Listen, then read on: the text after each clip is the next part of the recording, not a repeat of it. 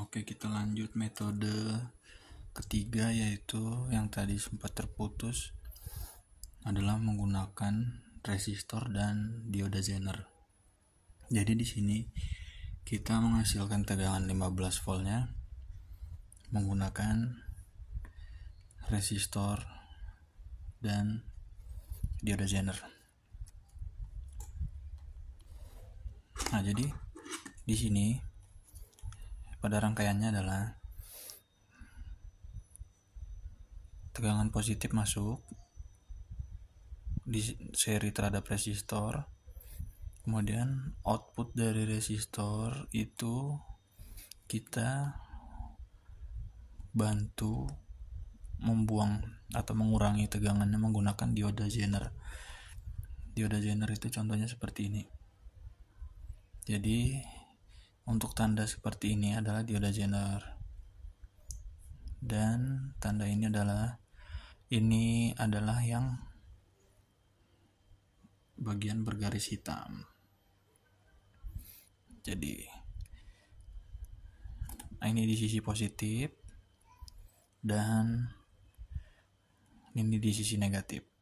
Dia posisinya terbalik karena ketika di sini garis itu terhadap positif, dan ketika di sisi negatif garis hitam itu berada di CT atau ground, karena di sini adalah CT-nya itu lebih positif dari negatifnya.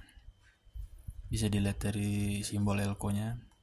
Elko ini sebenarnya kita bisa nanti setel di antara 470 mikrofarad 35 volt ini, karena kita biasa di sini kita menggunakan VIN-nya 24 volt sampai 35 volt. Dan di sisi output kita bisa berikan elko itu 220 mikrofarad, 330 mikrofarad dengan tegangannya di 25 volt. Bisa menggunakan 16 volt juga tidak apa-apa.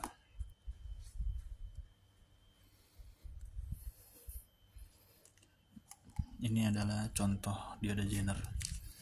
Ini adalah contoh dari dioda Zener yang biasa digunakan.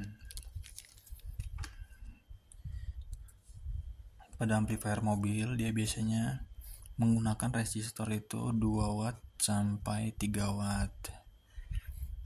Dengan ukuran itu sekitar ada yang menggunakan 150, 180 ohm, 220, 270, 330.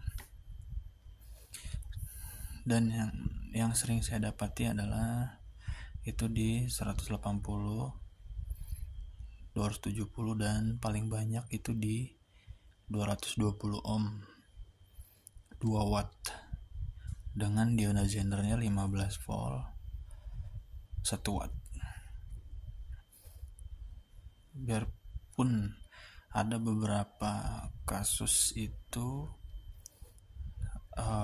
resistor aslinya 180 ohm menggunakan Zener 12 volt 1 watt, itu saya pernah ganti menggunakan 220 ohm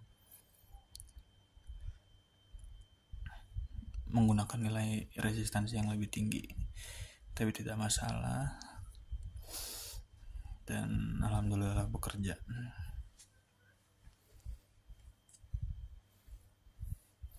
Karena ketika tegangan di CT plus minus 12 volt atau 15 volt, sebuah amplifier di bagian tegangan diferensial, transistor diferensial, dan bagian op-ampnya tetap bekerja. Dan di sini ada metode kedua. Berarti di sini sekarang metode keempat ya. Di metode keempat ini seperti pengembangan dari metode ketiga. Di sini menggunakan transistor bipolar sebagai tambahan. Jadi tetap menggunakan resistor, tetap menggunakan dioda Zener, dan di sini ditambah ditambahkan transistor bipolar. Beberapa amplifier menggunakan metode ini.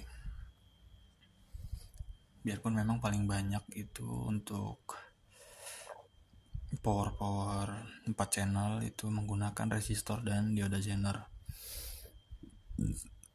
Tapi ada beberapa amplifier juga menggunakan metode ini. Biasanya power monoblock menggunakan teknik seperti ini.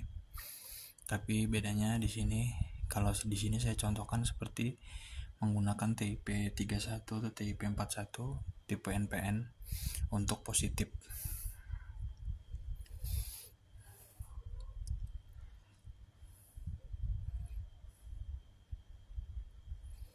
Dan di metode ketiga yang menggunakan resistor dan dioda Zener itu saya lupa mention bahwa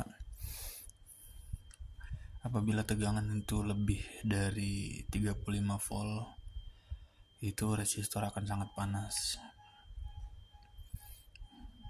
Jadi memang kalau kita ada setting atau membuat sebuah rangkaian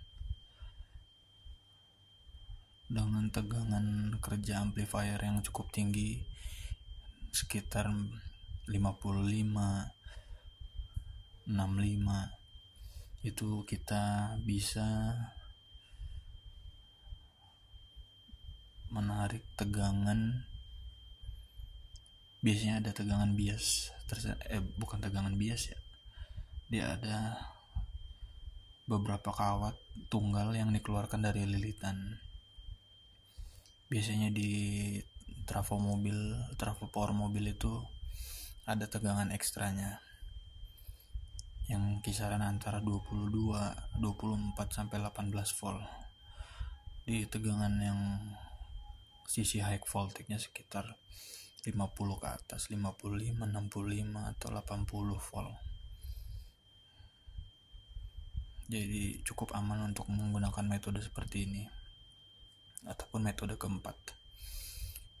Di sini untuk sisi positif itu menggunakan resistor ukurannya 2 watt, Zenernya 1 watt, transistor NPN, dan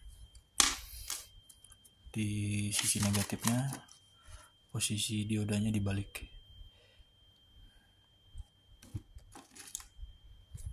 Nah, ini seperti ini sih.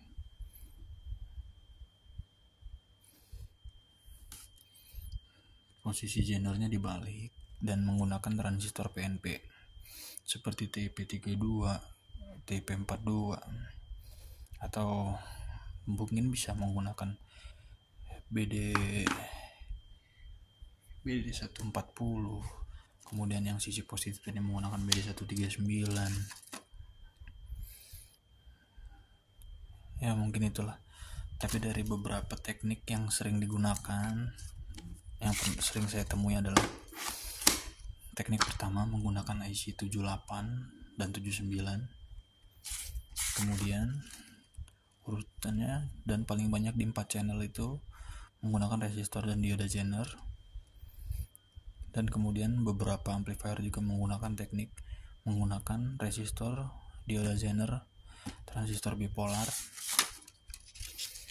dan beberapa lagi sisanya yang menurut saya kurang cukup banyak implementasi adalah menggunakan LM317 dan LM337.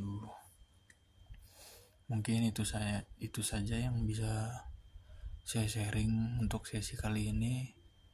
Mungkin nanti kedepannya kita akan sharing di masalah-masalah elektronika atau seputar audio atau power amplifier mobil. Terima kasih.